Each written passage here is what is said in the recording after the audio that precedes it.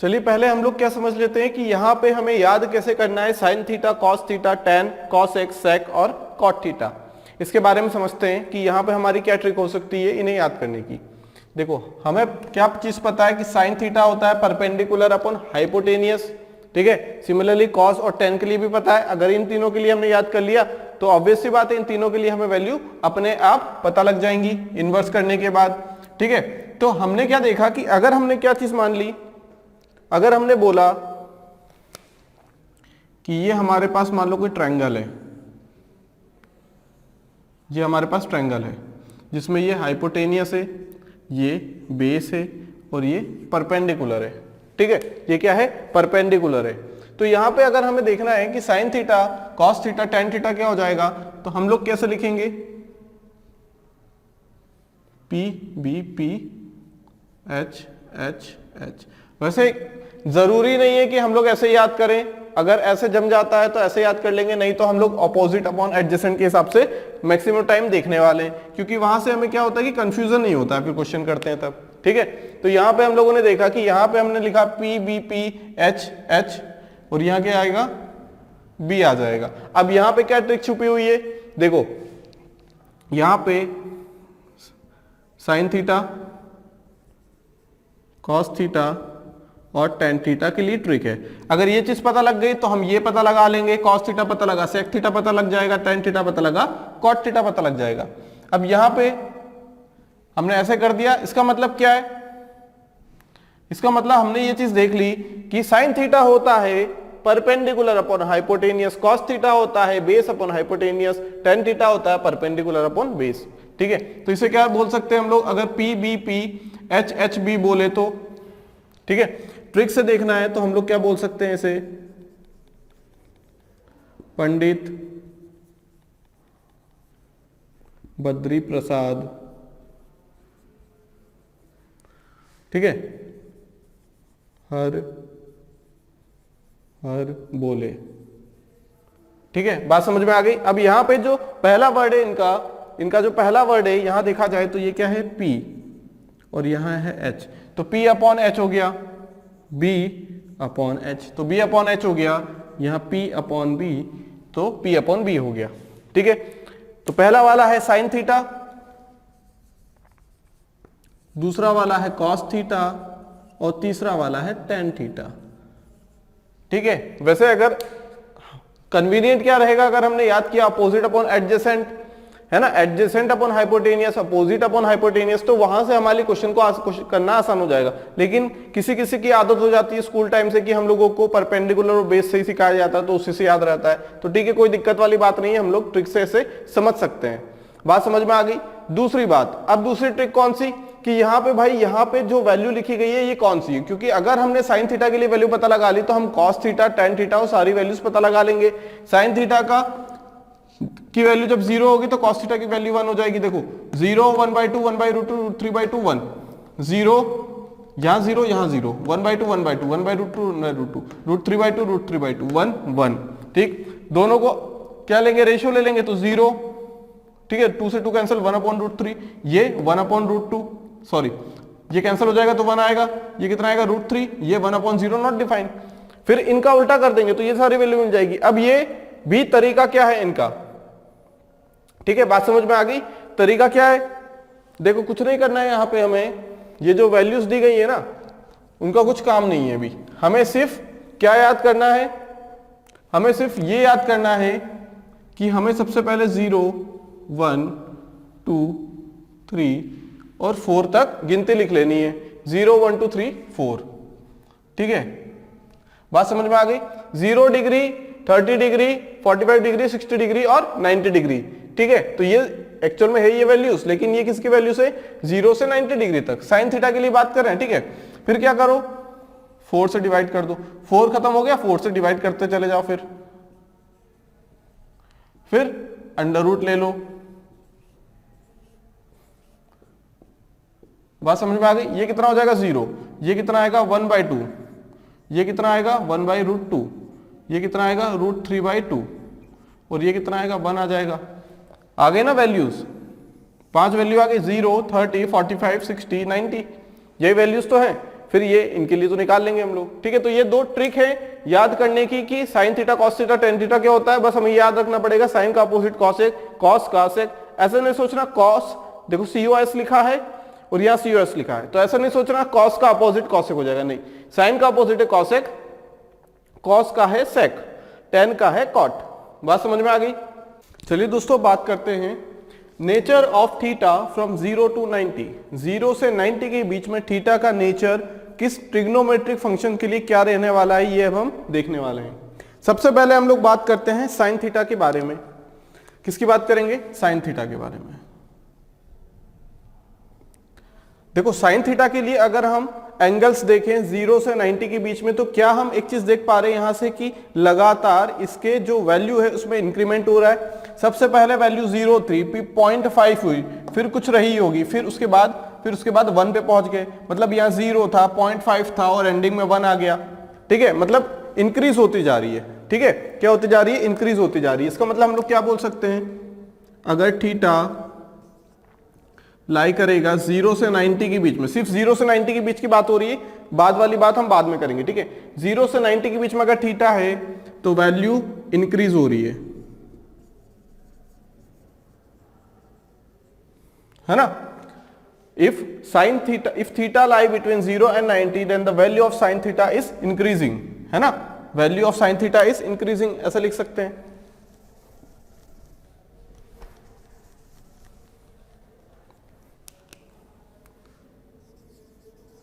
Sign theta is increasing, दिख ही रहा है हमें। 0 पे कितना था?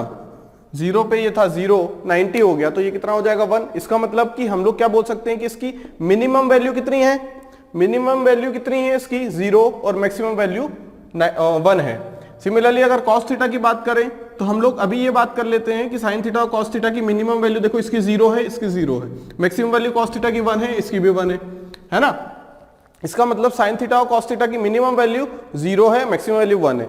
लेकिन ये मैक्सिमम और मिनिमम वैल्यू अलग अलग एंगल पे रहेगी। देखो यहाँ साइन थीटा की मिनिमम वैल्यू 0 है, लेकिन उसी एंगल पे जब साइन थीटा मिनिमम है उसी थीटा पे कॉस थीटा मैक्सिमम हो जाएगा।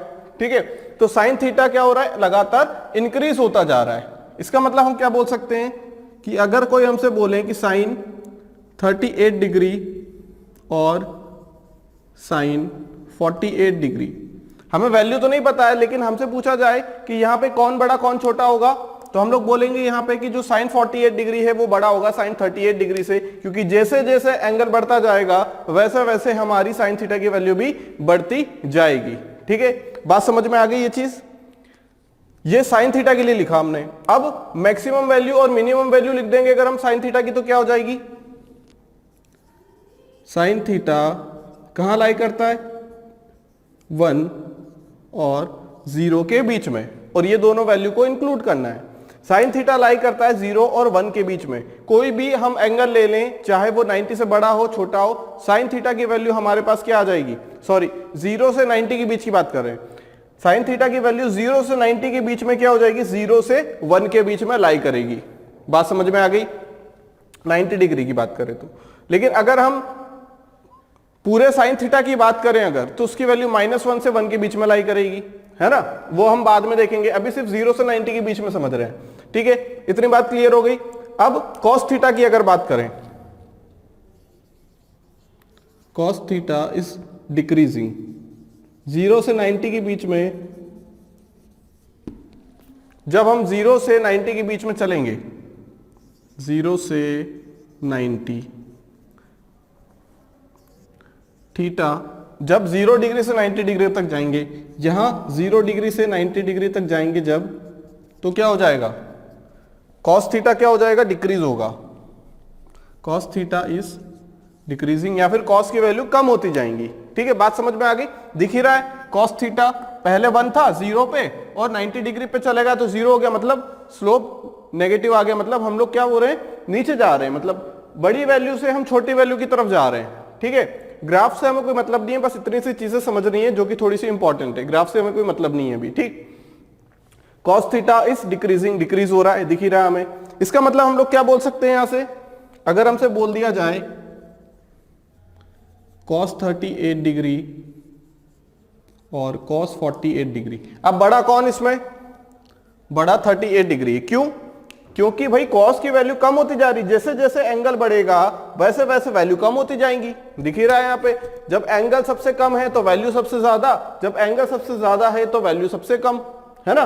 तो यहाँ पे जब एंगल बढ़ता जा रहा है, देखो 38 से 48 हो गया, इसका मतलब वैल्यू कम हो गई होगी, तो इसका मतलब ये वैल्यू बड़ी है। ठीक है, तो यहां से हम लोग क्या बोल सकते हैं, cos थीटा की वैल्यू ये भी 0 से 1 के बीच में लाई करेगी। ठीक है, 0 से 90 डिग्री की बात कर रहे हैं, उससे ज्यादा की बात नहीं कर रहे हम लोग। ठीक है, बात समझ में आ गई? क्लियर है इतनी बात? अगर हम tan थीटा की बात करें तो ऐसे ही समझ लेते हैं, tan 30 की वैल्यू क्या हो जाएगी?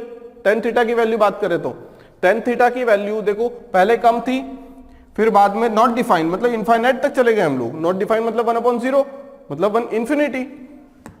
ठीक है, पहले 0 था, फिर देखो 1 हो गया, √3 हो गया, 1.732 हो गया, मतलब बढ़ती जा रही है इसकी वैल्यू।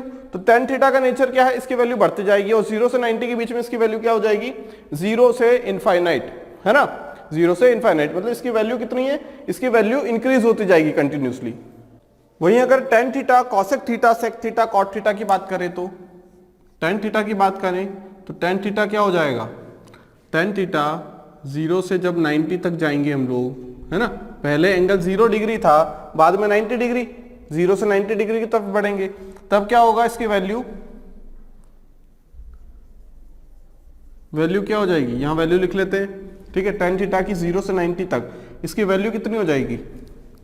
यहां ऐसे कर लेते हैं हम लोग, पांचों के लिए लिख लेते हैं, 2 के लिए हमने समझ लिया, और पांचों के लिए हम लोग क्या कर लेते हैं? लिख लेते हैं। यहाँ पे इंक्रीज होगी, डिक्रीज होगी। ठीक, यहां साइन थीटा की बात करें, यहां कॉस थीटा की बात करें, tan theta, cosec theta, sec theta और कॉट थीटा, इनकी वैल्यू 0 से 90 तक जाएंगे तो साइन थीटा की वैल्यू क्या हो जाएगी? इंक्रीज होगी, इंक्रीज होगी। cos थीटा की बात करें तो इसकी वैल्यू क्या होगी? डिक्रीज होगी, है ना, क्या होगी? डिक्रीज होगी वैल्यू। tan थीटा की बात करें तो देखो क्या दिख रहा है? 0 थी, फिर नॉट डिफाइंड मतलब 1/∞ तक पहुंच गई, मतलब क्या हो रही होगी? इंक्रीज हो रही होगी वैल्यू। वहीं अगर cosec की बात करें तो देखो नॉट डिफाइंड 1/0, या फिर इसे छोड़ो 2 से 1 तक पहुंच गई। ट्रेंड तो क्या है? स्लोप बनेगा ना यहाँ पे, भाई यहाँ पे 2 था, 1 पहुंच गया, मतलब कम हो रही है, तो cosec की वैल्यू डिक्रीज हो रही है। ये tan की वैल्यू है, tan की वैल्यू इंक्रीज हो रही है, cosec की वैल्यू डिक्रीज हो रही है, sec की वैल्यू क्या हो रही है?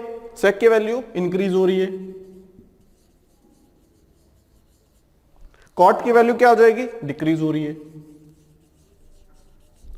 तो यहां पे हम देख पा रहे हैं एक ट्रेंड फॉलो हो रहा है। देखो कैसे? देखो साइन थीटा की वैल्यू अगर इंक्रीज हो रही है तो cosec थीटा की वैल्यू डिक्रीज हो रही है।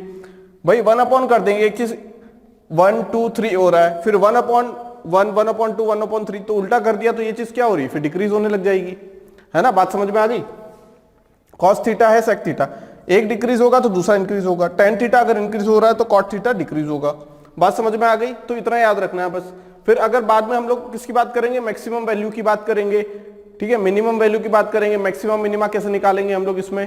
ठीक है, अब बात करते हैं maximum and minimum values of the trigonometric functions. Basically हम लोग यहाँ पे बात करेंगे साइन थीटा, कॉस थीटा और tan थीटा की। वहीं अगर हमसे क्वेश्चन में पूछ लिया जाए कॉसेक, सेक और कॉट के लिए, तब हम इन्वर्स करके उसका आंसर निकाल लेंगे। ठीक है, बात समझ में आ गई? साइन थीटा की अगर बात करें तो साइन थीटा की जो वैल्यू होगी वो किसके बीच में लाई करेगी? ये करेगी -1 से 1 के बीच में। अभी हमने देखा था कि 0 डिग्री है तो 0 से 1 के बीच में लाई करेगी, लेकिन जरूरी नहीं है कि 90 डिग्री तक एंगल हो। 90 के बाद जैसे ही एंगल हम बढ़ाएंगे तो वहां पे हमारे पास अलग अलग वैल्यूज आ जाएंगी। किसकी? एंगल्स की। 180 है ना, साइन 180, साइन 135, इस टाइप से वैल्यू आएगी, तो वहां पे नेगेटिव वैल्यू भी जाएंगी। ठीक है, ग्राफ से अगर हम देखना चाहें तो भी देख सकते हैं। ठीक है, देखो साइन थीटा के लिए बस देख लेते हैं, फिर हम लोग कॉस थीटा के लिए भी करेंगे ये चीज। देखो साइन 0 की वैल्यू ये क्या है? यहाँ पे हमारे पास थीटा, और ये क्या है? वाई एक्सिस में वैल्यू। ठीक है, वैल्यू है, ये है थीटा डिग्री और ये वैल्यू। साइन 0 की वैल्यू 0, थीटा 0। जब साइन 90 हो जाएगा, जब साइन 90 हो जाएगा तो वो उसकी पीक पोजीशन पे पहुंच जाएगा 1। लेकिन जैसे ही 90 के बाद वो पहुंचा, मान लो यहाँ पे 180 हो गया, तो ये कितना हो जाएगा, फिर से गिर के 0 हो जाएगा। फिर क्योंकि ये क्या है, सेकंड क्वाड्रेंट, 90 से 180 किसके बीच में लाई करता है, सेकंड क्वाड्रेंट में आता है ना 90 से 180, तो सेकंड क्वाड्रेंट में ये चीज क्या हो जाएगी, सेकंड क्वाड्रेंट में ये चीज नेगेटिव हो जाएगी। ये तो सेकंड क्वाड्रेंट है इसलिए साइन थीटा तो पॉजिटिव। फिर और नीचे जब हम लोग जाएंगे 180 के बाद 270 तक, 180 के ये 270, तो 180 से 270 के बीच में क्या हो जाता है हम लोगों के पास, थर्ड क्वाड्रेंट। थर्ड क्वाड्रेंट में हमें पता है कि साइन थीटा नेगेटिव होता है, तो नेगेटिव आ गया, तो ये वैल्यू -1 है, ये वैल्यू 1 है। फिर यहां से गए 360, तो 360 पे वैल्यू 0 हो जाएगी। अब 0 ना तो पॉजिटिव ना नेगेटिव। फिर आगे बढ़ गए तो फिर फर्स्ट क्वाड्रेंट में इस टाइप से चलता रहेगा, ये कितना हो जाएगा 450। तो इस टाइप से चीजें चलती रहेंगी, ठीक है। तो यहां पे साइन थीटा की वैल्यू -1 भी हो सकती है, 1 भी हो सकती है। सिमिलरली कॉस थीटा के लिए देखना चाहे तो भी हम लोग कर सकते हैं। बात समझ में आ गई। लेकिन हमारे लिए ये सारी चीजें इंपॉर्टेंट नहीं है, अभी बस हमें इतना पता होना चाहिए कि यहाँ पे हम लोगों के पास मिनिमम और मैक्सिमम वैल्यू साइन थीटा की, कॉस थीटा की कितनी है। सिमिलरली कॉस थीटा की भी बात करें अगर हम, तो कॉस थीटा की भी मैक्सिमम वैल्यू 1 होगी और मिनिमम वैल्यू -1 होगी, ठीक है। टेन थीटा की बात करें,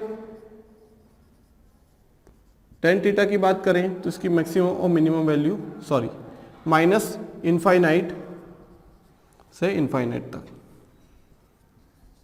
बात समझ में आ गई। ये होगी मिनिमम और मैक्सिमम वैल्यू टेन थीटा की। बात क्लियर हो गई। बाकी चीजें इंपॉर्टेंट नहीं है यहाँ पे, इन तीनों के लिए इंपॉर्टेंट साइन, कॉस और टेन के लिए, और मैक्सिमम साइन और कॉस के लिए ही क्वेश्चन पूछे जाते हैं, जिसके लिए हमें याद होना चाहिए, ठीक है, कि मैक्सिमम वैल्यू कितनी हो सकती है। बात समझ में आ गई। मान लो अगर क्वेश्चन हमसे ऐसा पूछ ले कि if sine theta equal to 2/3 find tan theta, कभी ऐसा पूछ ले तो साइन थीटा की वैल्यू 2/3 है, फाइंड टेन थीटा, फाइंड कर पाएंगे क्या। Theta sine theta opposite upon hypotenuse, तो ये आ जाएगा √5। तो बिल्कुल यहां से हम टेन थीटा पता लगा पाएंगे, कितना हो जाएगा 2/√5। लेकिन कभी हमसे ऐसा बोल दिया जाए कि इफ साइन थीटा बराबर 3/2 फाइंड टेन थीटा, अब फाइंड कर सकते हैं क्या हम लोग। हम लोग यहां फाइंड आउट नहीं कर सकते, क्योंकि यहां पे देखो जो साइन थीटा है, जो साइन थीटा है वो कभी भी 1 से बड़ा नहीं हो सकता। क्यों नहीं हो सकता, क्योंकि साइन थीटा होता है अपोजिट या फिर परपेंडिकुलर अपॉन हाइपोटेनियस। तो परपेंडिकुलर हाइपोटेनियस से कैसे बड़ी हो गई। बात समझ में आ गई। हो सकता है क्या, ऐसा नहीं हो सकता। इसका मतलब हम लोग इसे बोल देंगे ये क्वेश्चन गलत है, ये क्वेश्चन करेक्ट है, ये क्वेश्चन गलत है, क्योंकि यहां पे साइन थीटा की वैल्यू 1 से ज्यादा आ गई, ठीक है।